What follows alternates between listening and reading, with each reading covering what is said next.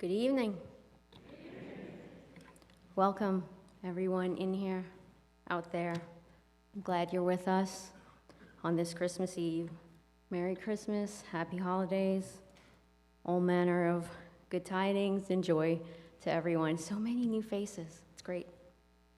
I am Yasara Antar, President of the Board of Trustees of Mainline Unitarian Church. I welcome you on behalf of our Christmas Eve worship team. They are Caroline Bright is our ministerial intern. Our music is by the Brown family. And our minister is our senior minister, Reverend John. Who are the people welcoming you here tonight? If you're joining us for the first time, we are an evolving group. This morning, we had the most blessed, awesome service ever. The animals were with us, lots of dogs in the sanctuary, at least 20. There were 10. It was a perfect service. In between, we recreated Nativity, and tonight,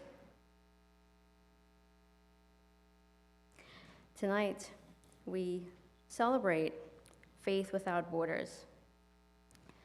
We aligned with our 7th principle this morning. Now we take this opportunity to express our commitment to the 6th. We affirm and promote the promise of new life and recommit ourselves to the protection of everyone's right to his or her own radiant humanity, including animals, but not amphibians, never amphibians. Silence your devices and affirm our mission statement with me. Together, we transform lives through love, service, and our welcoming faith.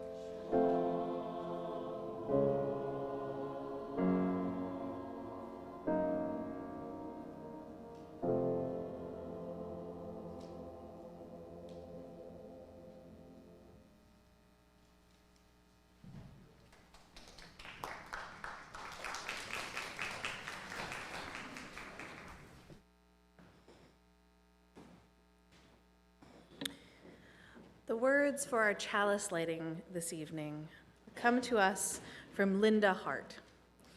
This night of mystery. We kindle a small flame in the dark of the year, remembering the promise of life abundant, of a possible peace. We pause on this night of mystery to tell the stories, to sing the songs, and to bring more light into the world. And now I invite you to rise in body or spirit as we bring light into the world, singing our opening hymn, O Come All Ye Faithful.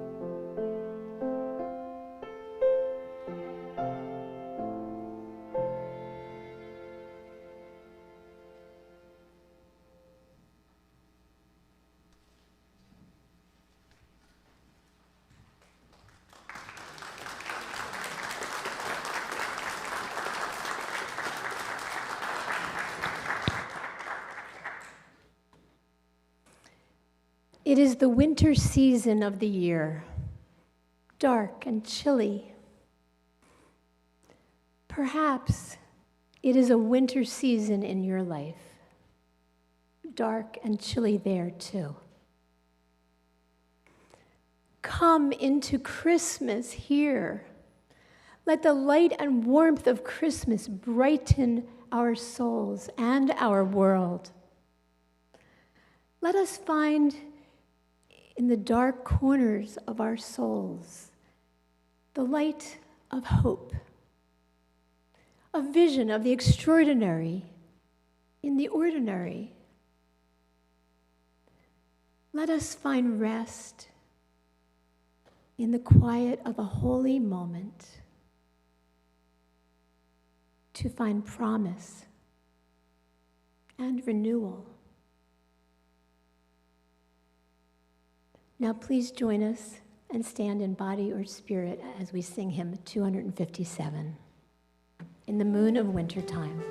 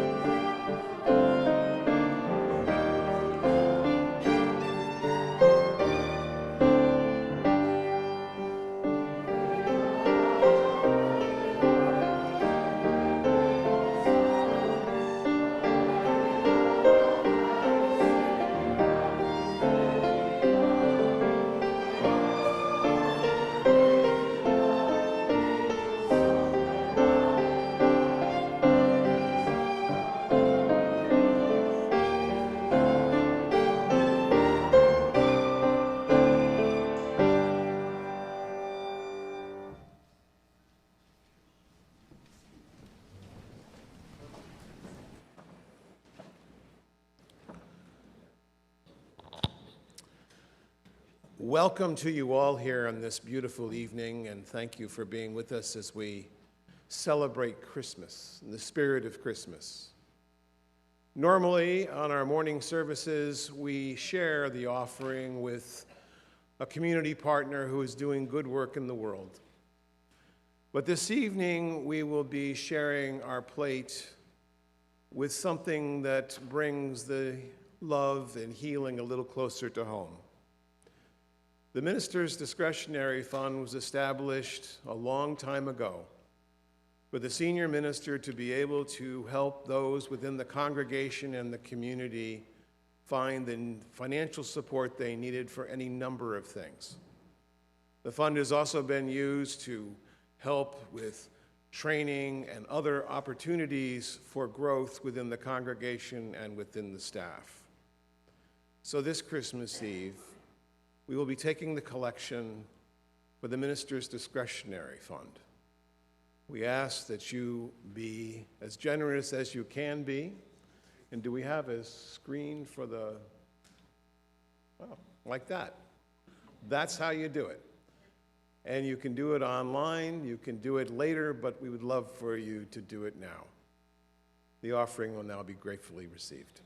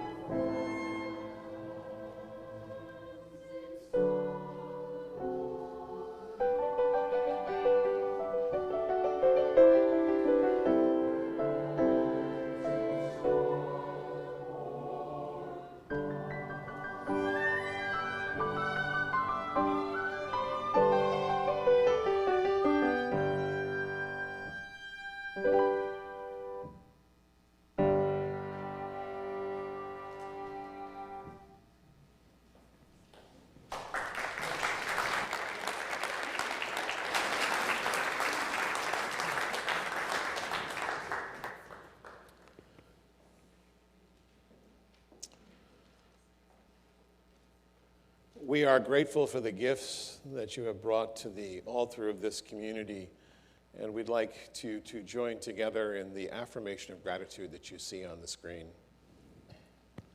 Let us be grateful when we are able to give, for many do not have that privilege. Let us be grateful for all those who hear their gifts, for we are enriched by their giving. And let us be grateful even for our needs, so that we may learn from the generosity of others.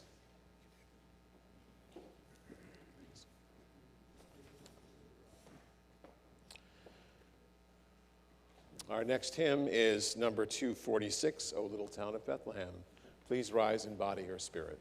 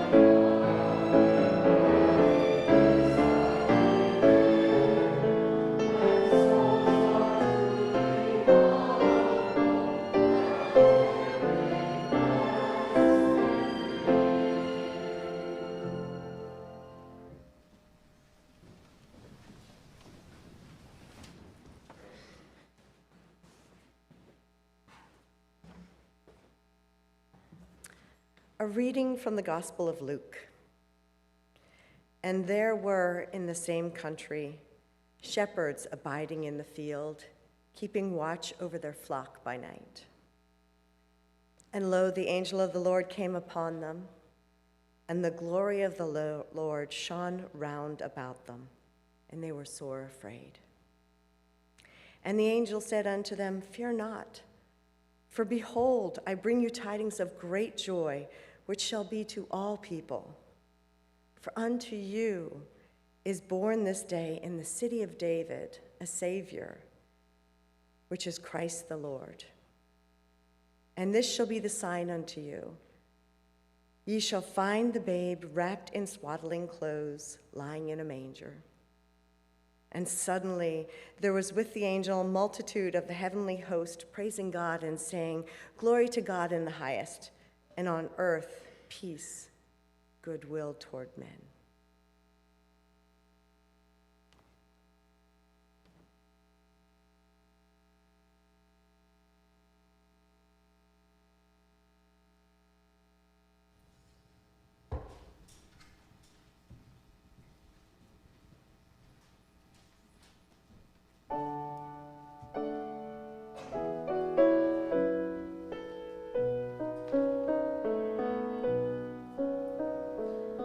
Christ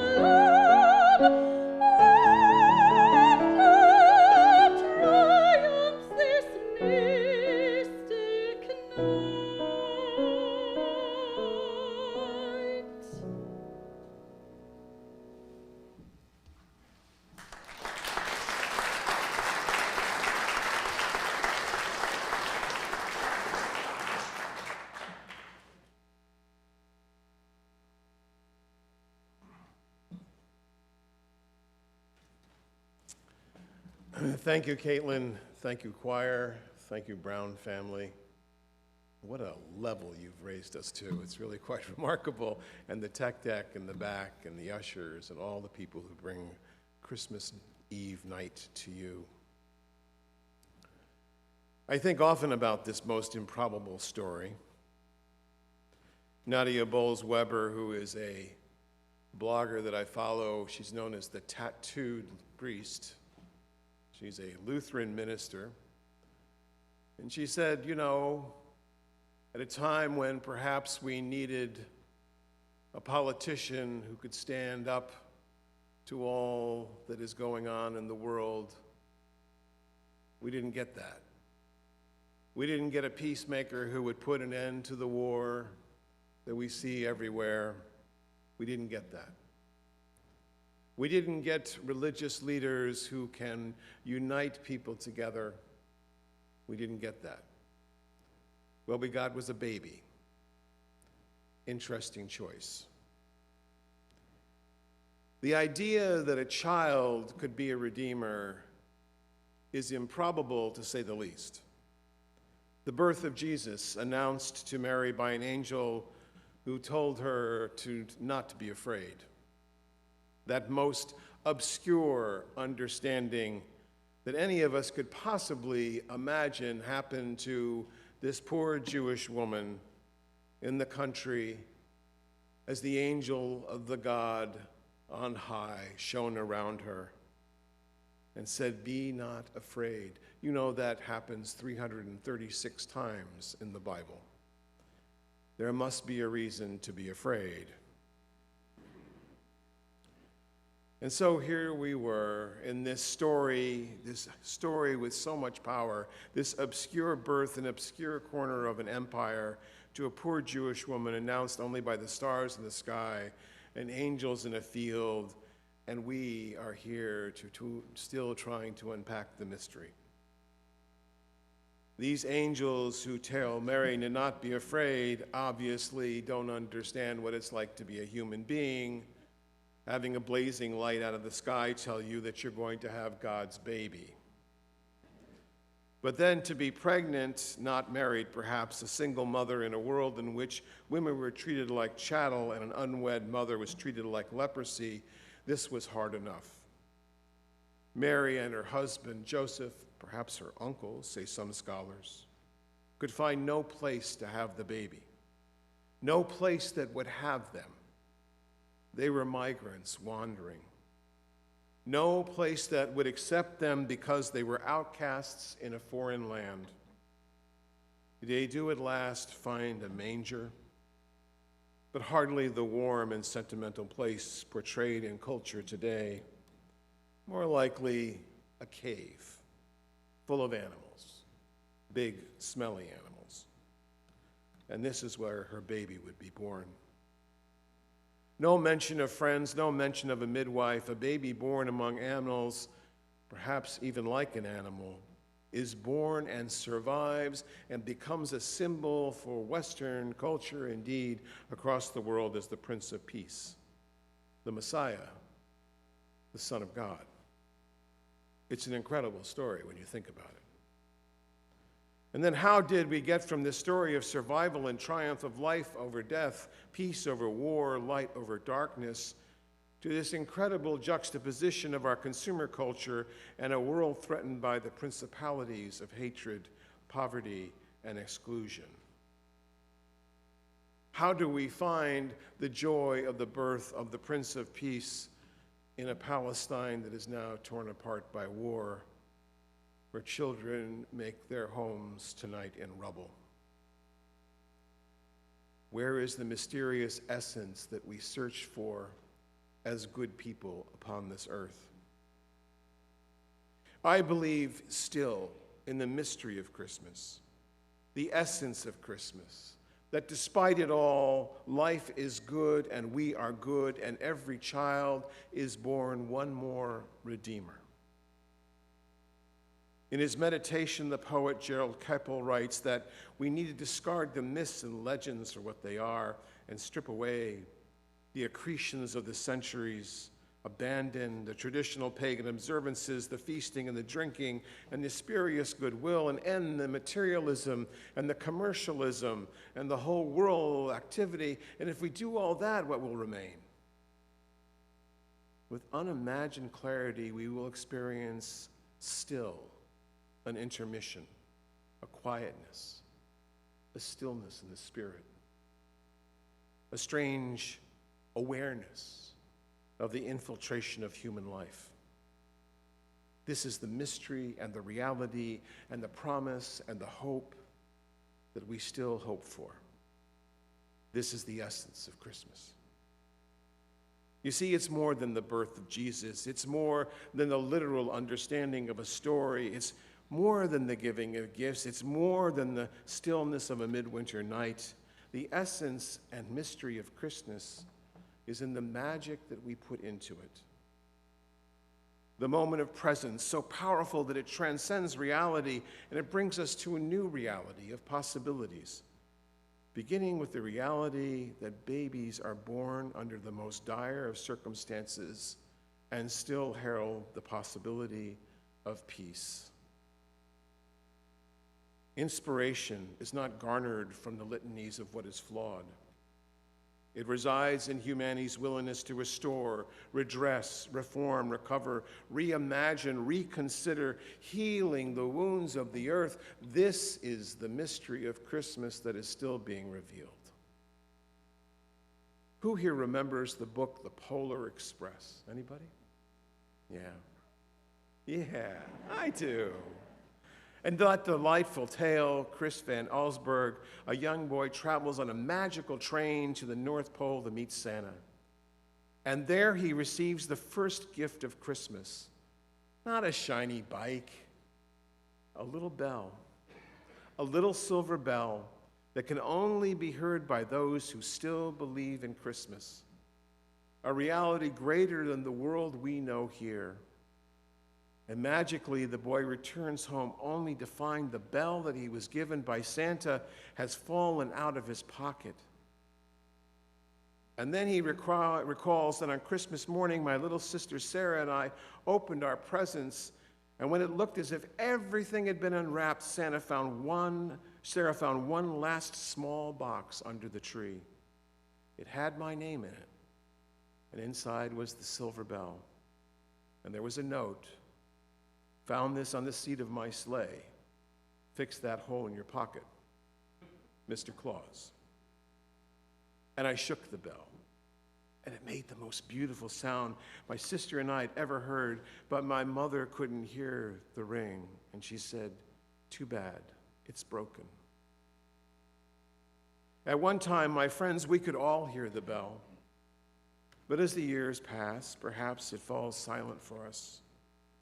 Even Sarah found one Christmas she could no longer hear the sweet sound.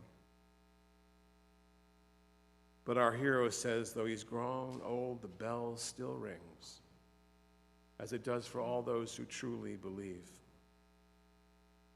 The mystery of Christmas revealed in our lives in believing beyond what we can see, believing beyond what we can see. To believe in a world beyond acrimony, to believe in food, to believe in shelter, to believe in joy in life, to believe that there could possibly still, amidst it all, be peace on earth and goodwill to all. The mystery of Christmas is the faith that it takes us to look past the stories of empire, for all empires fall. That we might seek the true possibilities that this nativity story can still bring, that we can find the third way beyond ourselves and beyond those we know, that there is real peace on earth through goodwill.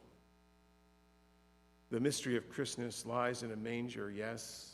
It lies in the cold, in a world that's not so unlike ours.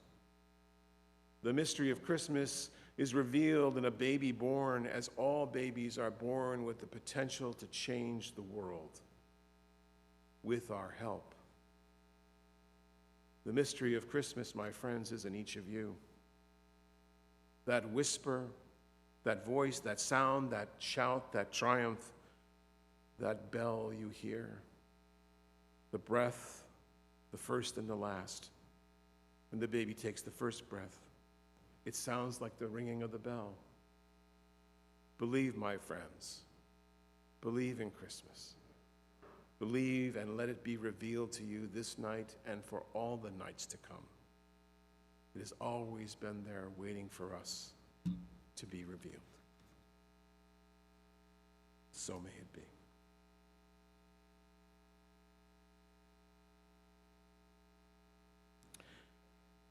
We will sing number 254, We Sing Now of Christmas.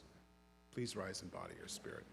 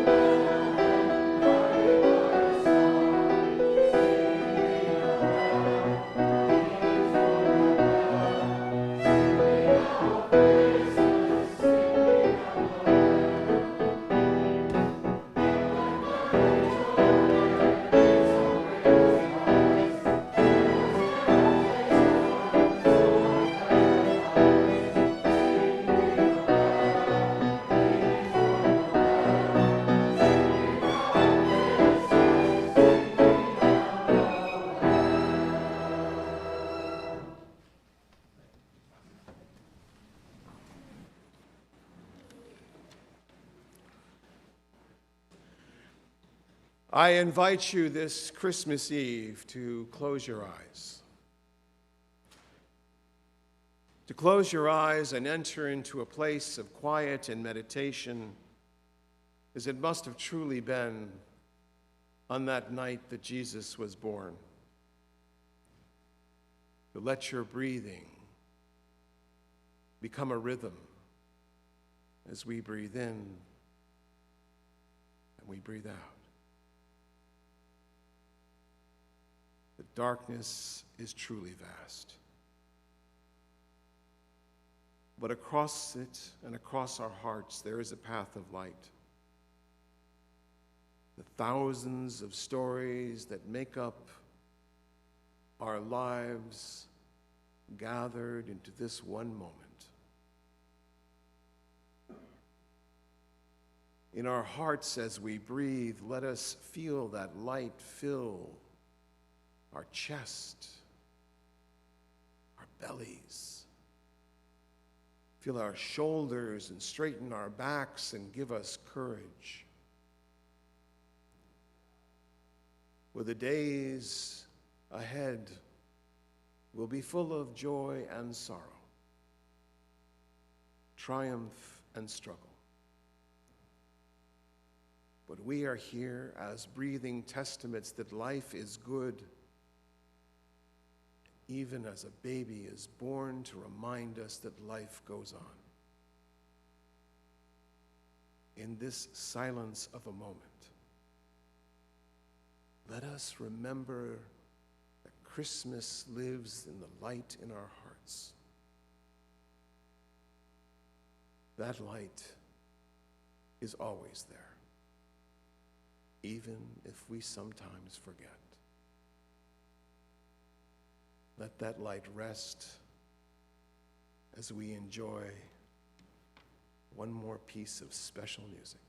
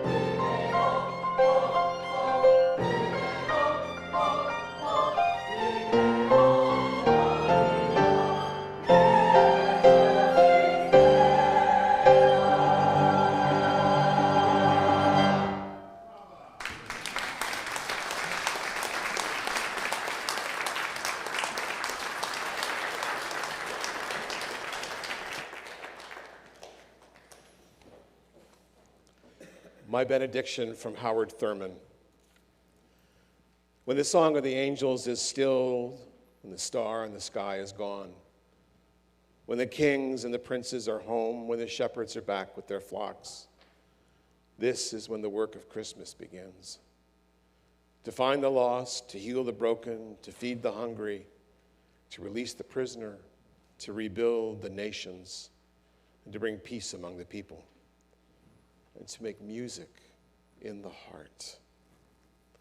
We will close our service as we do traditionally with the singing of Silent Night. I will light a flame from the chalice, and then the ushers will pass the light down the aisles. Just pass it to the people around you, and when all the candles are lit, we will sing the hymn which will be on the screen.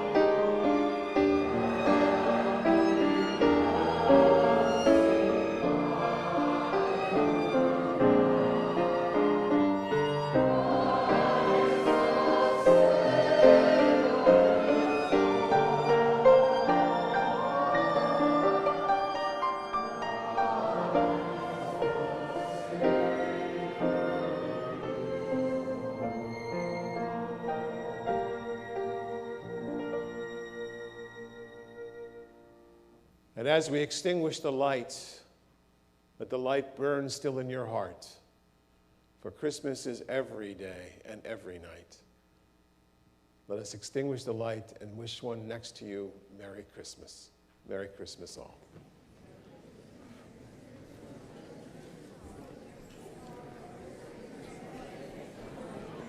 Lights.